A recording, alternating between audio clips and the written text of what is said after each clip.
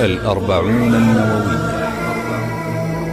على القرآن محياي، على القرآن،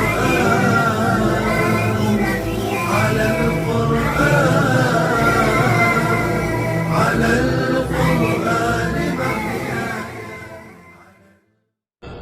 الحديث الأربعون.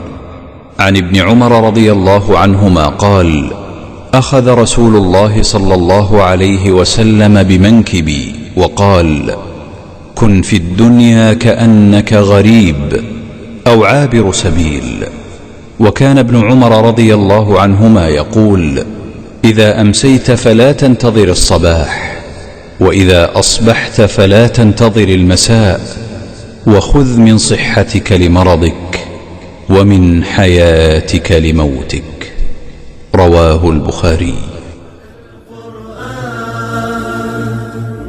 على القرآن محياي، على القرآن،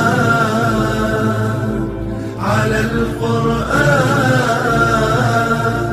على القرآن محياي، على القرآن